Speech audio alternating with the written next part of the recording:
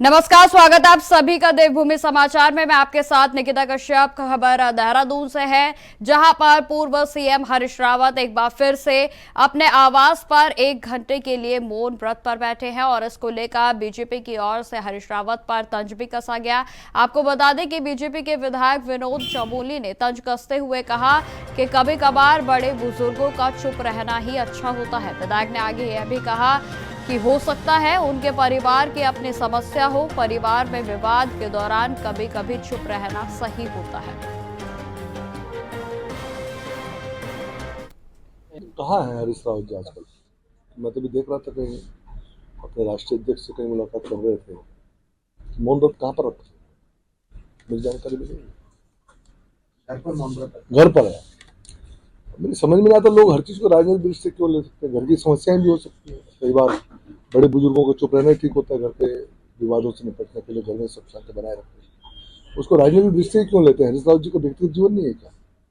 उसको भी देखना चाहिए, उसकी भी चिंता करनी चाहिए। बुजुर्ग आदमी है, कोई स्थितियां ऐसी बन गई होंगी कि उनको चुप रहना ठीक लगा होगा तो इसलिए चुप होंगे। नहीं तो राजनीति में तो बोला ही जाता है, चुप रहने से कुछ थोड़ा होता है। खबरों में आगे बढ़ते हैं। गढ़वाल सभा मसूरी के द्वारा पर्यावरण संरक्षण की दिशा में एक सराहनीय पहल करते हुए मसूरी के गैस गोदाम के पास जंगल क्षेत्र में वृक्षारोपण का अभियान चलाया गया। तो वहीं आपको बता दें कि इस कार्यक्रम के तहत विभिन्न प्रजाति के पौधों का भी रोपण किया गया है। कार्यक्रम का उद्देश्य न केवल हरियाली बढ़ाना था, बल्कि स्थानीय लोगों को पर्यावरण के प्रति जागरूक करना भी था। कार्यक्रम में मौजूद सभी सदस्यों ने पौधों की देखभाल और संरक्षण की भी शपथ ली। तो वहीं आपको बता दें कि गढ़वाल सभा ने यह भी सुनिश्चित किया है कि लगाए गए पौधों की नियमित निगरानी और संरक्षण किया जाएगा ताकि वे सही तरीके से विकसित हो सके।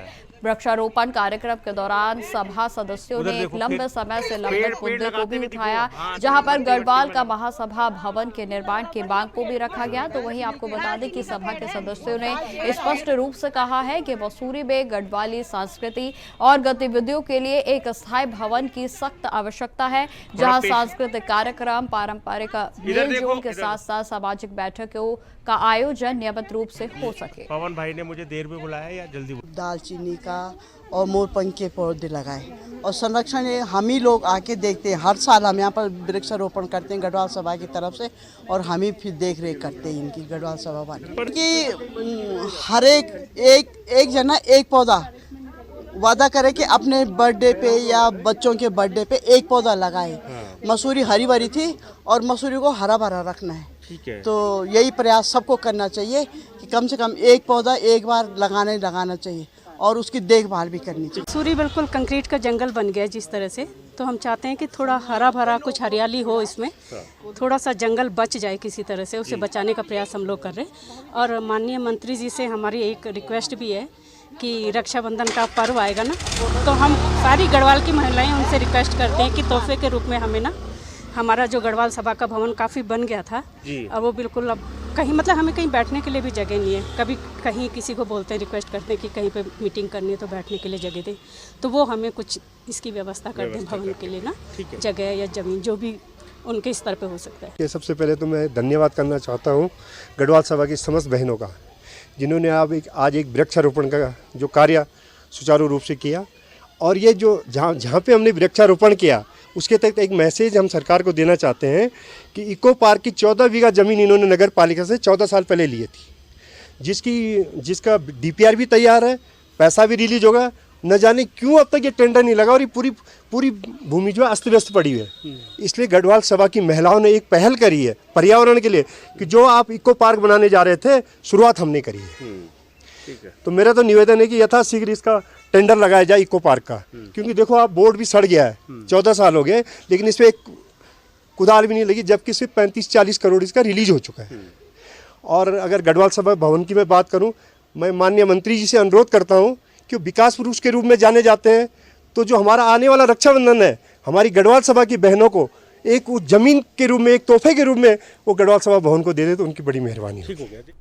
उत्तराखंड हाईकोर्ट से अब पंचायत चुनाव को लेकर रास्ता साफ हो गया है। राज्य निर्वाचन आयोग ने पंचायत चुनाव के लिए चुनाव चिन्ह बांटने की प्रक्रिया जो है वो शुरू कर दी थी, जो कि शाम 6 बजे तक चली। आपको बताते चले कि इससे पहले हाईकोर्ट ने आज दोपहर 2 बजे तक सिंबल बांटने पर रोक लगाई गई थी और इसके बाद कयास लगाए जा रहे थे कि हो सकता है कि एक बार फिर से पंचायत चुनाव की प्रक्रिया पर रोक लग जाए। लेकिन आपको बता दें कि अब हाईकोर्ट ने पंचायत चुनाव कराने का रास्ता पूरे तरीके से साफ कर दिया है, जहां पर पंचायत चुनाव नियत की जो तिथियां हैं वो भी तय हुई और जिसमें अगर किसी को किसी भी प्रक्रिया से असंतुष्टि है तो वह कोर्ट का दरवाजा खटखटा सकता है।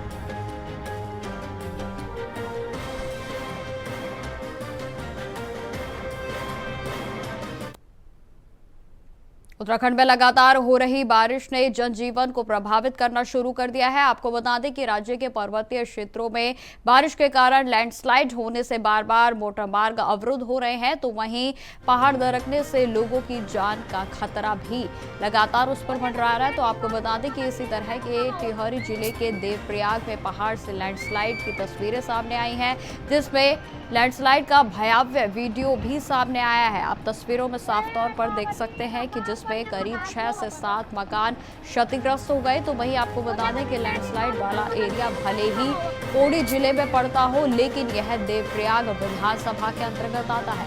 लैंडस्लाइड में 2 व्यक्तियों के घायल होने की भी खबर सामने आई है। तो वहीं देवप्रयाग विधायक विनोद कंडारी ने आपदा सचिव से मुलाकात कर आपदा प्रभावितों की मदद को लेकर पत्र भी सौंपा गया। साथ ही साथ जिनके मकान पूरी तरह से ध्वस्त हो गए हैं उनके रहने की और खाने की व्यवस्था की भी मांग की गई। तो वहीं आपको बता दें कि विधायक विनोद कंडारी ने लैंडस्लाइड में प्रभावित परिवारों के विस्थापन की मांग की और वहीं आपदा सचिव विनोद कुमार सुमन का इस मामले पर कहना है कि जो भी प्रभावितों के उचित मदद की जाएगी। और साथ ही साथ आपदा विभाग की टीम भी मौके पर पहुंच गई है और जहां पर पूरे तरीके से आपदा प्रबंधन की टीम अलर्ट पर है।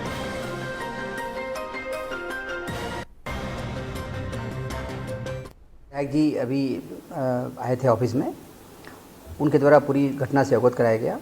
वैसे मेरे पास पहले भी जानकारी मिल गई थी आपदा प्रबंधन विभाग की ओर से। उसमें पहाड़ी से मलबा आया, पत्थर आया और कुछ मकान क्षतिग्रस्त हुए हैं और 2 लोग घायल हुए हैं। घायल लोगों को तत्काल अस्पताल में पहुंचाया गया है। बाकी जिनके मकान टूटे हैं उनको मुआवजे की व्यवस्था की जा रही है और रहने की व्यवस्था की जा रही है। माननीय विधायक जी द्वारा ये अवगत कराया गया है कि ऐसे ऐसे उनका मकान नुकसान जो हुआ है उसमें मुआवजा की मांग की गई है। विस्थापन के लिए कहा गया है, एक्सपर्ट की टीम भेजने के लिए कहा गया है और जो लोग जिनका मकान टूटा है उनको रहने की व्यवस्था करने के लिए कहा गया है। उसके लिए ज़िले को निर्देश जारी किए जा रहे हैं बहुत जल्दी। मैं आज सुबह ही जलंधर पहुंचा था और ये घटना उसमें मुझे पता जब चली तो तुरंत मैंने वहाँ पर जो है वहाँ के सदर पौड़ी एसडीएम से मैंने बात की और वहाँ पर जो है एक मकान पूर्ण रूप से क्षतिग्रस्त हो चुका है। जो अपने पन्नीदास जी का वो उनके बेटे भी घायल हैं, वो भी घायल, उन दोनों से मेरी वार्ता भी हो गई और 5-7 लोग जिनके मकान जो क्षतिग्रस्त हुए हैं।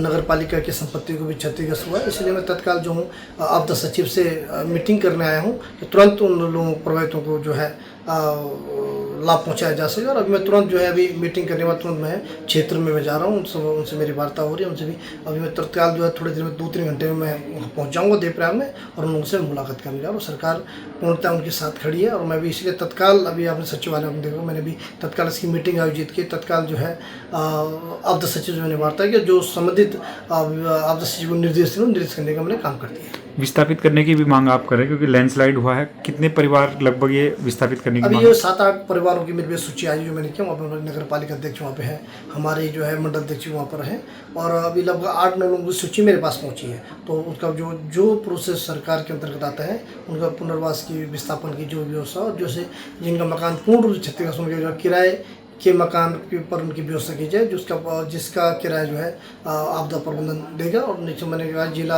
अधिकारी को भी निर्देश करने के लिए कहा सचिव को कि वहाँ का पूरी टीम जाए, भूगर्भ की टीम जाए और वहाँ की जो लैंडस्लाइड का कारण क्या था और वो ज़मीन अभी किसी उपयुक्त है कि नहीं है उसका आकलन किया जाए। अब खबर हरिद्वार से है, जहां सलेमपुर पंचायत परिसर आंगनबाड़ी केंद्र में भारी मात्रा में एक्सपायरी आयरन दवाइयों और दूध के भंडार मिलने से हड़कंप मच गया। आपको बता दें कि यह सामग्री पोषण योजना के तहत बच्चों और गर्भवती महिलाओं को दी जानी थी, जो कि बिना वितरण के ही खराब हो गई है। मामले की गंभीरता को देखते हुए जिलाधिकारी मयूर दीक्षित ने मुख्य चिकित्सा अधिकारी RK सिंह व जिला खाद्य आपूर्ति अधिकारी तेजबल सिंह के साथ जिला विकास अधिकारी सहित एक जांच की टीम को भी गठित किया गया है। तो वहीं आपको बताते चले कि डीएम ने स्पष्ट निर्देश दिए हैं कि दोषियों के खिलाफ सख्त से सख्त कार्रवाई की जाएगी। साथ ही साथ मुख्य विकास अधिकारी आकांक्षा कोंडे ने कहा कि सभी पहलुओं की जांच होगी और जो भी जिम्मेदार पाया जाएगा उस पर नियमानुसार कार्रवाई होगी। जिला बाल विकास अधिकारी सुलेखा सहगल ने भी इस पर जानकारी देते हुए कहा कि दोषियों से आर्थिक वसूली भी की जाएगी और साथ ही साथ ग्रामीणों का आरोप है कि पोषण योजना का लाभ केवल कागजों तक ही सीमित रहा। अब सवाल यह उठ रहे हैं कि बच्चों तक दूध और दवाइयां क्यों नहीं पहुंची जो है, और क्या यह लापरवाही है, और जहां पर भ्रष्टाचार की भेंट यह सभी सामग्री चढ़ती हुई नजर आई।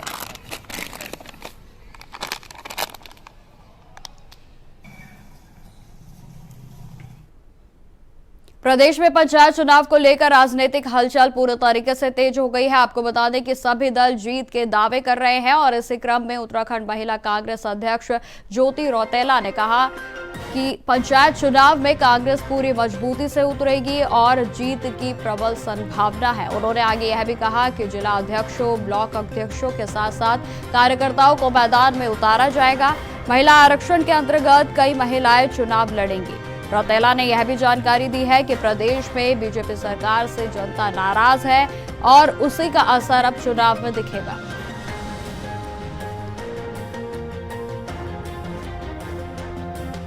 ये जीत की पूरी संभावना है। पंचायत चुनाव में हमारे जिला अध्यक्ष हैं और कुछ ब्लॉक अध्यक्ष हैं, कार्यकर्ता चुनाव लड़ रही हैं।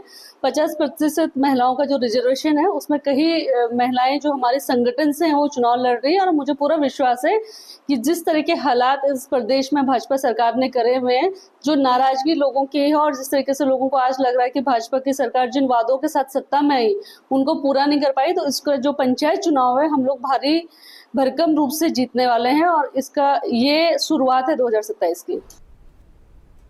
खबरों में आगे बढ़ते हैं। उत्तराखंड के रानीखेत में कोतवाली पुलिस ने नशा तस्करी के खिलाफ बड़ी कार्रवाई करते हुए 2 बाइक सवार युवकों को गिरफ्तार किया है। आपको बता दें कि सुभाष चौक पर बाइक सहित मुकेश सिंह के बैग से 710 ग्राम व अंकुश सिंह दानू के बैग से 725 ग्राम अवैध चरस मिली है और जिसमें दोनों को गिरफ्तार कर NDPS एक्ट के तहत मुकदमा कायम किया गया है। और आपको बताते चले कि पुलिस को गश्त के दौरान दोनों युवकों की गतिविधियों पर शक हुआ और जिसके बाद तलाशी लेने के बाद उनके पास से भारी मात्रा में चरस भी बरामद की गई है। दोनों युवक जनपद पिथौरागढ़ के रहने वाले बताए जा रहे हैं। तो वहीं आपको बताते चले कि बाइक को भी सीज कर दिया गया है।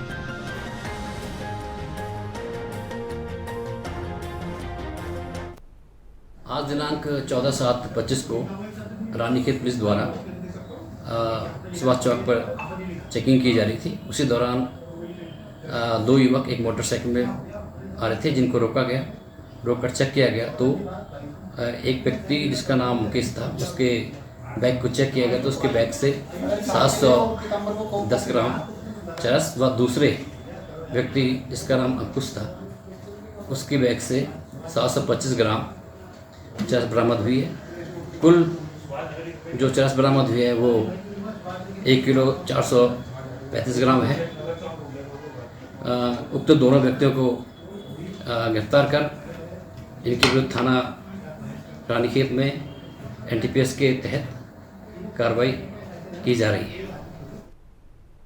खबर देहरादून से है, जहां उत्तराखंड की ग्रीष्मकालीन राजधानी गैरसैंण को लेकर एक बार फिर से सियासत पूरे तरीके से गर्मा गई है। आपको बता दें कि एक और जहां कांग्रेस इसे स्थायी राजधानी बनाने का दावा कर रही है तो वहीं बीजेपी इसे दिखावटी राजनीति बता रही है। पूर्व मुख्यमंत्री हरीश रावत ने कहा कि 2027 में कांग्रेस सरकार बनने पर वे गैरसैंण को पूर्ण तरीके से राजधानी घोषित करेंगे और उनके इसी बयान पर बीजेपी ने पलटवार किया है, जिसमें कि बीजेपी प्रदेश अध्यक्ष महेंद्र भट्ट ने कहा कि हरीश रावत को सत्ता में रहते हुए कई मौके मिले लेकिन उन्होंने तब कोई ठोस कदम नहीं उठाया।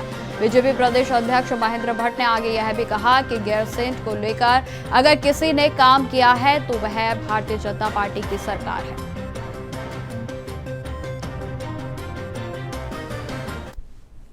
देखिए, न्यायालय के अधीन विषय है और आज जानकारी जो मिलेगी, आयोग, राज्य निर्वाचन आयोग ने अपील की है न्यायालय में कि इसमें ठीक दिशा निर्देश आ जाए। जैसे दिशा निर्देश आते हैं तो चुनाव की प्रक्रिया उस रूप में होगी, ऐसा हम विश्वासपूर्वक कह सकते हैं, क्योंकि दल के अध्यक्ष नाते भारतीय जनता पार्टी चुनाव के लिए पूरी तरह तैयार है और हम लोग अपनी सब प्रकार की प्रत्याशी की दृष्टिकोण से भी हमने चयन कर लिया है और लगभग हमने 320 जिला परिषद सदस्यों को घोषित किया, 358 में से। खबर देहरादून से है, जहां पर धार्मिक सरकार को लेकर कांग्रेस ने सख्त रुख अपनाया है। जहां आपको बता दें कि धार्मिक और सामाजिक संगठनों के द्वारा दिए गए सम्मान पर कांग्रेस प्रवक्ता गरिमा दसोनी ने कटाक्ष करते हुए कहा कि उत्तराखंड में जीरो टॉलरेंस अब मजाक बन चुका है। उन्होंने आरोप लगाए हैं कि हर विभाग में कमीशनखोरी हावी है और ये बात खुद बीजेपी के पूर्व मुख्यमंत्री ने भी मानी है। मुख्यमंत्री के बड़े मगरमच्छ वाले बयान पर गरिमा दसोनी ने सवाल किया है कि जब पेपर लीक, भर्ती और भूमि घोटालों में बड़े चेहरे शामिल हैं तो कार्रवाई सिर्फ छोटे कर्मचारियों पर ही क्यों हो रही है। उन्होंने सरकार पर माफियों को संरक्षण देने का भी आरोप लगाया, तो वहीं प्रदेश में जंगल राज जैसे हालात बताए हैं। मुझे लगता है कि ये जो लोग सम्मान दे रहे हैं इनका बस नहीं चल रहा है, वरना ये तो तलवे चाटने का काम करें, क्योंकि प्रदेश के अंदर तो हम ये देख रहे हैं कि ये जो जीरो टॉलरेंस है, ये जीरो टॉलरेंस अपने आप में मजाक बन चुका है, खास करके धामी राज में। आज किसी विभाग में बिना कमीशन खोरी के कोई काम नहीं हो रहा है, बड़े तौर पर कमीशन खोरी हो रही है। ये मैं नहीं, ये इनके पूर्व मुख्यमंत्री तीरथ सिंह रावत और त्रिवेंद्र रावत के मुखारविंद से ये बात निकली है कि कमीशन खोरी बहुत जोरों पर है। और उसके अलावा बड़े मगरमच्छ की बात करते हैं मुख्यमंत्री। आज के समाचार पत्रों में मैंने पढ़ा, उन्होंने अपने भाषणों में कहा कि केवल छोटी मछलियां नहीं, बड़े मगरमच्छ भी पकड़े। कौन सा सफेद पोश पकड़ा आपने मुख्यमंत्री जी? मैं पूछना चाहती हूं आपसे, आपके एक मंत्री के ऊपर आय से अधिक संपत्ति का मामला चल रहा है, विजिलेंस का मामला चल रहा है, सीबीआई उद्यान घोटाला पकड़ चुकी है, करोड़ों की बंदरबाट पकड़ चुकी है, आपके वन विभाग में करोड़ों का घोटाला चल रहा है, आपके वहां भूमि घोटाला चल रहा है। क्या इन सारे मामलों में, चाहे वो पेपर लीक और भर्ती घोटाला था, कोई सफेद पोश क्यों नहीं उसके गिरेबान तक आपके हाथ जाते? ये हम जानने में ज्यादा रुचि रख रहे हैं। ये चालक को निलंबित कर देना, चालक की क्या गलती, वो तो गरीब आदमी था। तो कहीं ना कहीं आपके भी हाथ बंधे हुए दिखाई पड़ रहे हैं। और जिन लोगों ने आपका ये सम्मान किया है, मुझे लगता है ये एक सरकाज़म था, ये एक कटाक्ष था, ये आपको वो आईना दिखाना चाह रहे थे कि आपके वहां सब तरफ जंगल राज चल रहा है। भू माफिया से लेकर खनन माफिया, शराब माफिया, सब यहां पर प्रदेश की जनता के ऊपर हावी है। अब खबर कोटद्वार से है, जहां पौड़ी गढ़वाल के वरिष्ठ पुलिस अधीक्षक लोकेश्वर सिंह ने सख्त निर्देश दिए हैं कि नशा कारोबारियों को बख्शा नहीं जाएगा और नशा तस्करों पर भी पूरी तरह से लगाम लगाई जाए। साथ ही साथ आपको बता दें कि चुनावों में शराब का चलन बढ़ता ही जा रहा है। जहां छोटे से छोटा चुनाव भी बिना शराब के नहीं लड़ा जाता, तो वहीं आपको बता दें कि आगामी पंचायती चुनावों के मद्देनजर रखते हुए कोटद्वार पुलिस टीम लगातार चेकिंग कर रही है और चेकिंग के दौरान कोटद्वार पुलिस को 3 व्यक्तियों के कब्जे से 9 पेटी शराब की बोतलें मिली। तो वहीं आपको बता दें कि पुलिस टीम ने तीनों अभियुक्तों को मौके से गिरफ्तार कर बरामद माल को भी सील कर दिया है।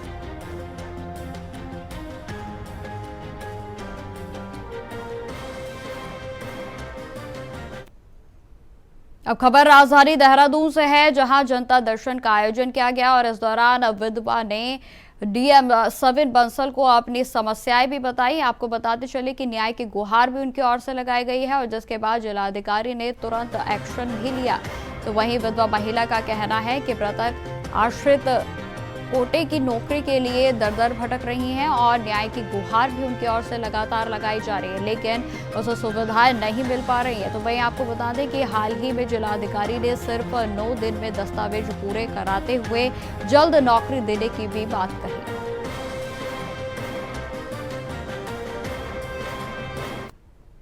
खबर हरिद्वार से है, जहां सीएम पुष्कर सिंह धामी की अध्यक्षता में जनता दरबार का आयोजन किया गया और इस दौरान जिलाधिकारी ने वहां मौजूद सभी क्षेत्रों से आए लोगों की समस्याएं भी सुनी। तो वहीं आपको बता दें कि जनता दरबार में कुल 28 शिकायतें दर्ज की गई थी और जिसमें से अधिकांश का मौके पर ही समाधान भी कर दिया गया, जबकि कुछ मामलों को संबंधित विभागों को भेजकर शीघ्र कार्रवाई के निर्देश भी दिए गए हैं। बताते चले कि लोगों ने जल भराव, पेयजल संकट, अतिक्रमण, बिजली कनेक्शन, भूमि विवाद और खराब सड़कों जैसी समस्याएं सामने रखी। तो वहीं लोगों को यह आश्वासन दिया गया है कि उनकी समस्याओं का निष्पक्षता के साथ सुना गया है और साथ ही साथ इनका निस्तारण भी जल्द से जल्द किया जाएगा।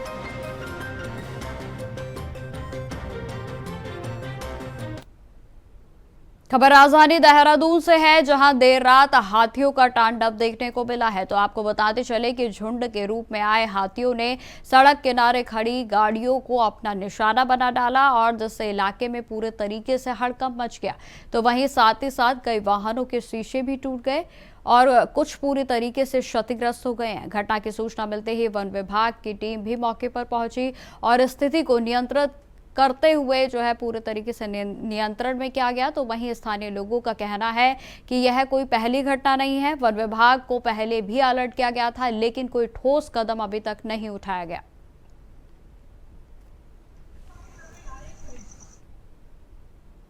अब खबर मसूरी से है, जहां शराब की दुकान खुलते ही महिलाएं भड़क गई। जहां आपको बता दें कि इस दौरान नाराज होकर महिलाएं कार्यालय पहुंची और जहां पर उन्होंने जिलाधिकारी को ज्ञापन भी सौंपा है। तो वहीं ज्ञापन में उन्होंने तत्काल शराब की दुकानों को बंद करवाने की मांग की। आपको बताते चले कि विरोध कर रही महिलाओं ने बताया कि जब से यह दुकान खुली है तब से हालात बद से बदतर हो गए हैं। लोगों के द्वारा खुलेआम सड़क के किनारे शराब पीने की घटनाएं बढ़ गई हैं। तो वहीं रास्ते से गांव के बच्चे स्कूल और कॉलेज भी जाते हैं और जहां उन्हें शराब के नशे में धुत लोग बैठे हुए मिलते हैं, जिससे छात्राओं पर खास तौर पर इसका जो प्रभाव है वो बेहद ही गलत पड़ रहा है। तो वहीं महिलाओं का साफ तौर पर कहना है कि हम अपने बच्चों को कैसे पढ़ने में भेजे जब हर मोड़ पर शराब पीते हुए लोग मिलेंगे। तो बेटियों की सुरक्षा आखिर कौन करेगा? सिर्फ दुकान ही नहीं, पूरे माहौल पूरी तरीके से नष्ट कर दिया है। तो वहीं इस तमाम समस्याओं को लेकर उनकी ओर से ज्ञापन भी सौंपा गया। बिलाड़ू के निवासी हैं और बिलाड़ू के ऊपर रोड में दारू की दुकान खुल गई है और वहाँ पे ऐसा है कि हमारे स्कूल के बच्चे आते हैं, हमारे मतलब हम लेडीज वहाँ जंगल में जाती हैं, तो वहाँ पे दारू पीने वाले वहाँ रोडों में नीचे जंगल में घूमते रहते हैं। तो इससे हमें बहुत परेशानी होती है। यही चाह रहे हैं कि वहाँ से दारू की दुकान हट जाए और हम सेफ रहे, हमारे बच्चे सेफ रहे। हाँ जी, हम आंदोलन करेंगे, हम रोड में चक्का जाम करेंगे। स्कूल से लड़कियां बच्चे स्कूल से आते हैं तो जितने भी वहाँ से मतलब दारू की दुकान से आते हैं लोग तो बिलाड़ू की रोड पे आ जाते हैं।